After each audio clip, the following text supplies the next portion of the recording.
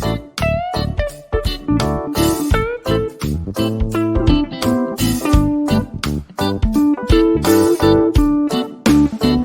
Everyone, management मंत्रा के इस video में आप पढ़ेंगे इन्वायरमेंटल स्कैनिंग इन स्ट्रेटेजिक मैनेजमेंट। तो नेक्स्ट आप देखते हैं कि इससे रिलेटेड कौन कौन से टॉपिक आप इस वीडियो में पढ़ने वाले हैं। तो फर्स्ट आता है इसका मीनिंग, नेक्स्ट है इसकी डेफिनेशन, इसके कंपोनेंट्स या बोला जाए तो टाइप, और फिर आता है इसके इंपॉर्टेंस, इसकी प्रोसेस, नेक्स्ट आता है इसकी टेक्निक्स और इसका एग्जाम्पल। इन सभी को डिटेल में देखने से पहले कॉर्नर आई बटन पे क्लिक करके आप स्ट्रेटेजिक मैनेजमेंट की प्लेलिस्ट देख सकते हैं, जिसके अंदर आप स्ट्रेटेजिक मैनेजमेंट से रिलेटेड डिफरेंट टॉपिक्स पर वीडियो देखेंगे, और डिस्क्रिप्शन में मैनेजमेंट और कॉमर्स से रिलेटेड डिफरेंट सब्जेक्ट के वीडियो के प्लेलिस्ट का लिंक अवेलेबल है, आप वहां से देख सकते हैं। वीडियो अच्छा लगे तो प्लीज लाइक कीजिए, चैनल को सब्सक्राइब कीजिए और कमेंट कीजिए, और किसी टॉपिक पे वीडियो चाहिए तो आप कमेंट कर सकते हैं। फर्स्ट आता है इसकी डेफिनेशन, जो इन्वायरमेंटल स्कैनिंग होता है स्ट्रेटेजिक मैनेजमेंट में, एक टर्म है जिसको कि हम यूटिलाइज करते हैं इन्फॉर्मेशन किसी भी पैटर्न के रिगार्डिंग, रिलेशनशिप के रिगार्डिंग, ऑक्यूपेशन के रिगार्डिंग, या फिर कंपनी में कुछ भी ट्रेंड है, इंटरनल एक्सटर्नल एनवायरनमेंट कि वो क्या इम्पैक्ट डालता है फ्यूचर में या करेंट स्ट्रेटेजी पे। तो इसमें आप एनवायरनमेंट को स्कैन करते हैं, देखते हैं कि कौन से एनवायरमेंटल फैक्टर है जो कि आपकी ऑर्गेनाइजेशन की सक्सेस को अफेक्ट करते हैं। तो इसमें आप स्ट्रेटेजी को फॉर्मुलेट करते हैं, ऑर्गेनाइज करते हैं, मिनिमाइज करते हैं थ्रेड्स को, और अपॉर्चुनिटीज का एडवांटेज लेते हैं। इसमें आप देखते हैं कि क्या थ्रेड्स और क्या अपॉर्चुनिटीज है जो कि एक्सटर्नल फैक्टर्स होते हैं। तो इसमें आप पूरे एनवायरनमेंट को स्कैन करते हैं जो कि आपके स्ट्रेटजीज को अफेक्ट करता है। नेक्स्ट आता है कि क्या कंपोनेंट्स होते हैं एनवायरनमेंटल स्कैनिंग के। तो इसको दो पार्ट्स में डिवाइड किया जाता है, इंटरनल एक्सटर्नल, और फिर एक्सटर्नल को भी फर्दर दो कैटेगरीज में डिवाइड किया जाता है, माइक्रो एनवायरनमेंट और मैक्रो एनवायरनमेंट। तो इनको डिटेल में देखते हैं। तो आप ये डायग्राम देखते हैं, इंटरनल फैक्टर्स होते हैं हमारे लाइक जो कि हमारी कंपनी के अंदर के फैक्टर्स होते हैं जिनपे की कंपनी का पूरा कंट्रोल होता है, human capital, technology, culture, labour union या कॉर्पोरेट स्ट्रक्चर। वहीं एक्सटर्नल फैक्टर जिसमें दो आते हैं, micro macro environment. Micro environment में आता है आपका supplier, market, consumer, industry, organisation या कॉम्पिटिटर्स, और मैक्रो एनवायरनमेंट जो कि वो ज्यादा अफेक्ट करते हैं, उसमें आते हैं हमारे टेक्नोलॉजिकल, पॉलिटिकल, इकोनॉमिकल, डेमोग्राफिकल, इन्वायरमेंटल और कल्चरल फैक्टर्स।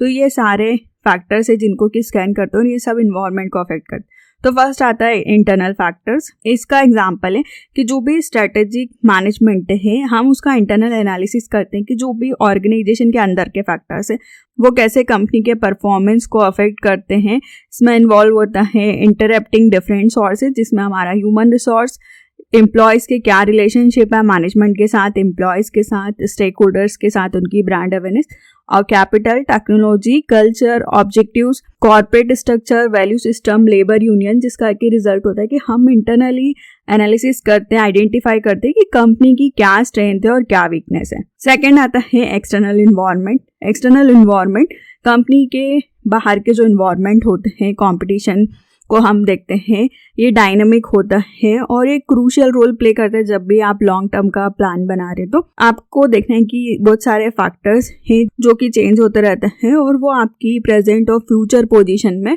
इम्पैक्ट डालते हैं। तो एक्सटर्नल इन्वायरमेंट को फर्दर दो कैटेगरीज में डिवाइड किया जाता है, माइक्रो और मैक्रो। माइक्रो इन्वायरमेंट इंडिविजुअल कोई भी कंपनी, उसका एटमॉस्फेयर और जो कि उनको अफेक्ट करता है, इनमें उनके फैक्टर्स आते हैं like supplier, organisation, market, competitors, industry और कंज्यूमर। नेक्स्ट आता है मैक्रो इन्वायरमेंट।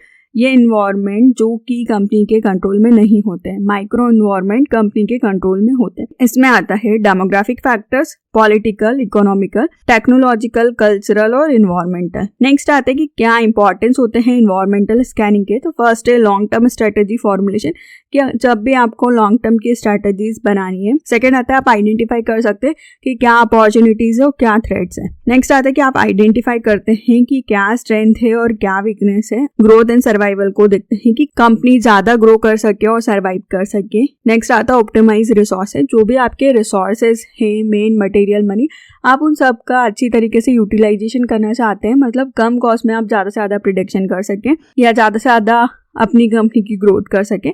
नेक्स्ट आता है प्रोडक्टिव डिसीजन मेकिंग, जो भी आपको प्रोडक्शन से रिलेटेड या प्रोडक्टिविटी से रिलेटेड डिसीजंस लेने हैं उनमें ये हेल्प करता है।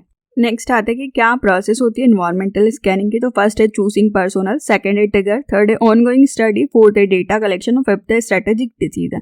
तो इनको हम डिटेल में देखते हैं। तो फर्स्ट आता है चूजिंग पर्सोनल्स। ये कॉमनली टर्म है कि हम इसमें एनवायरमेंटल एनालिसिस यूनिट को देखते हैं। हम सेट ऑफ पीपल्स को देखते हैं जो कि फोकस करेंगे एनालिसिस पे, स्ट्रेटेजिक के रिजल्ट पे कि वो सही तरीके से चल रही है।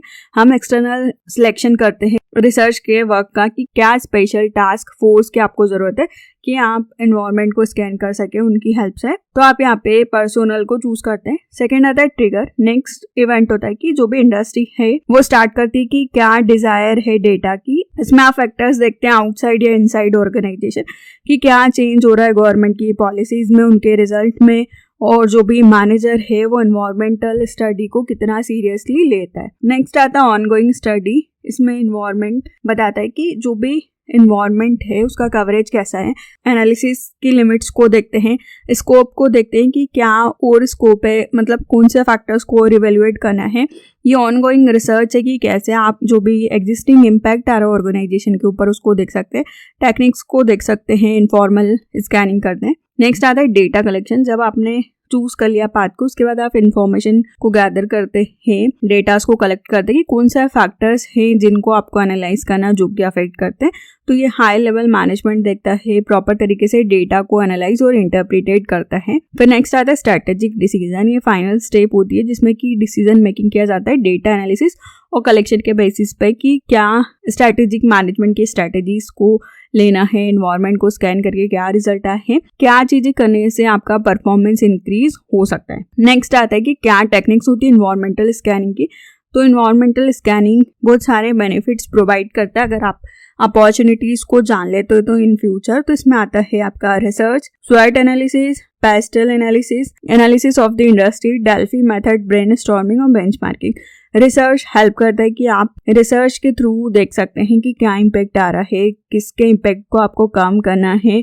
तो आपके पास रिसर्च एंड डेवलपमेंट डिपार्टमेंट होता है जो कि इसके लिए काम करता है और आपको मार्केट के बारे में इंफॉर्मेशन प्रोवाइड करता है। नेक्स्ट आता है स्वॉट एनालिसिस, जिसमें कि आप स्ट्रेंथ, वीकनेस, अपॉर्चुनिटी और थ्रेट को जानते हैं किसी भी एनवायरनमेंट की कि क्या आपकी स्ट्रेंथ है, क्या वीकनेस है और क्या आप अपॉर्चुनिटीज का एडवांटेज ले सकते हैं और क्या थ्रेट्स है आपके बिजनेस के लिए।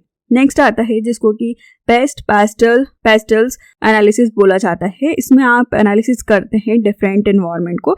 P से पॉलिटिकल, E से इकोनॉमिकल, S से सोशल, T से टेक्नोलॉजिकल, E से इन्वायरमेंट और L से लीगल। ये सारे फैक्टर्स आपकी इन्वायरमेंट में इम्पैक्ट डालते हैं। क्या लॉ है, क्या टैक्स की पॉलिसीज है, तो आप ये डिफरेंट इन्वायरमेंट के थ्रू इनके फैक्टर्स को जानते हैं। नेक्स्ट आता है एनालिसिस ऑफ इंडस्ट्री। बहुत सारी कंपनीज जो है वो इंडस्ट्री में बहुत सारे उनको डायरेक्ट और इनडायरेक्ट कॉम्पिटिटर्स रहते हैं माइक्रो इन्वायरमेंट में। तो वो कॉम्पिटिटर इन्वायरमेंट की स्कैनिंग करती है कि वो उनकी क्या स्ट्रेटेजीज है और वो कैसे उनके ऊपर इम्पैक्ट डाल रहे हैं। नेक्स्ट आता है डेल्फी मैथड। इसमें आप फोरकास्टिंग करते हैं फ्यूचर के बारे में। स्टैटिकल मैथड्स इसमें इंक्लूड होती है। तो डेल्फी टेक्निक्स लाइक एक्सपर्ट होते हैं इंटरनल या एक्सटर्नल रैंकिंग के थ्रू। ये रिलेटेड होते हैं किसी भी फील्ड में क्वेश्चनियर्स रिगार्डिंग किसी भी प्रॉब्लम के। ये समरी होती है कि आपको रिव्यू देते हैं, आप इसको यूज करते हैं फोरकास्टिंग की स्ट्रेटजीज के लिए। तो यहाँ पे आप डिस्कशन करके एक्सपर्ट से उनका ओपिनियन लेते हैं और फिर स्ट्रेटजीज को बनाते हैं। नेक्स्ट आता है ब्रेनस्टॉर्मिंग। इसमें आप पार्टिसिपेशन को आइडियाज शेयर करने के लिए बोलते हैं कि उनके माइंड में किसी पर्टिकुलर सिचुएशन या एनालिसिस के लिए क्या आइडियाज आते हैं, फिर आप उसके अकॉर्डिंग अपने बेनिफिट्स, इम्प्लीकेशन और कॉस्ट के अकॉर्डिंग एनालाइज करके पर्टिकुलर आइडिया को यूज करते हैं। नेक्स्ट आता है बेंचमार्किंग। जो भी इन्वायरमेंटल स्कैनिंग है स्ट्रेटेजिक मैनेजमेंट में, बेंचमार्किंग एक्सप्लेन करता है कि हम सेट करते हैं स्टैंडर्ड ऑप्शन को कॉम्पिटिटर या इंडिविजुअल्स के लिए कि जो भी कंपनी है मैन्युफैक्चरर वो क्या प्रोडक्ट हायरार्की को यूज करी है, कितना कम प्राइस प्रोवाइड करी है। तो आप इसमें परफॉर्मेंस को या इसमें आप स्टैंडर्ड को या फिर बोला जाए तो बेंचमार्क को सेट करते हैं। नेक्स्ट आता है इसका एग्जांपल लाइक पेप्सिको। तो जो पेप्सिको उन्हें प्लान किया था कि वो इन्वेस्टमेंट को फंक्शनल और हेल्दियर फूड में शिफ्ट कर सकती है, वो ऑब्जर्व कर सकती है कि क्या डिमांड है कस्टमर की और कैसे हेल्दी हैबिट्स को बनाया जा सकता है कस्टमर की। फास्ट फूड नॉलेज प्रोवाइड करती है, मार्केट रिसर्च से वो कैसे डेटा को ले सकते हैं। कोलैबोरेट किया उन्होंने डिफरेंट फूड कंपनी के साथ और हेल्दी बेवरेज और फूड के आइटम्स को प्रोवाइड किया। Next example Microsoft. उन्होंने भी रिसर्च एंड डेवलपमेंट की और अपडेट किया अपने को मोबाइल डिवाइस के अकॉर्डिंग उनका सॉफ्टवेयर। आप हर सॉफ्टवेयर को मोबाइल में भी इंस्टॉल कर सकते हो और चला सकते हैं। तो कंपनी ने स्टार्ट किया था रूट से कि ये सॉफ्टवेयर मोबाइल, पीसीज और डेस्कटॉप के लिए, और उन्होंने उनको टैबलेट्स, फोन्स और ग्लोबली रीच के लिए और ज्यादा एक्सपैंड किया। तो ये पेप्सिको और माइक्रोसॉफ्ट की स्ट्रेटजीज थी कि इस तरीके से उन्होंने अपनी सेल्स को, अपने यूजर्स को बहुत ज्यादा इंक्रीज किया। जैसे कि आप देखते हैं कि पेप्सी, तो आप कहीं पे जाते हैं तो आपको वहाँ पे फास्ट फूड कुछ भी ऑर्डर करते हैं तो वहाँ पे आपको पेप्सी का ऑप्शन मिल जाता है, या फिर वो कुछ कॉम्बो ऑफर्स में आपको फ्री प्रोवाइड करते हैं। तो इस तरीके से उन्होंने अपनी सेल्स को और इंक्रीज किया। तो इस वीडियो में आपने पढ़ा कि स्ट्रैटेजिक इन्वायरमेंट क्या होता है, इसका मीनिंग, इसके कंपोनेंट, इसके इंपॉर्टेंस, इसकी प्रोसेस, इसकी टेक्निक्स और इसका एग्जाम्पल। वीडियो अच्छा लगे तो प्लीज लाइक कीजिए, चैनल को सब्सक्राइब कीजिए और कमेंट कीजिए। और किसी टॉपिक पे वीडियो चाहिए तो आप कमेंट कर सकते हैं। Thank you.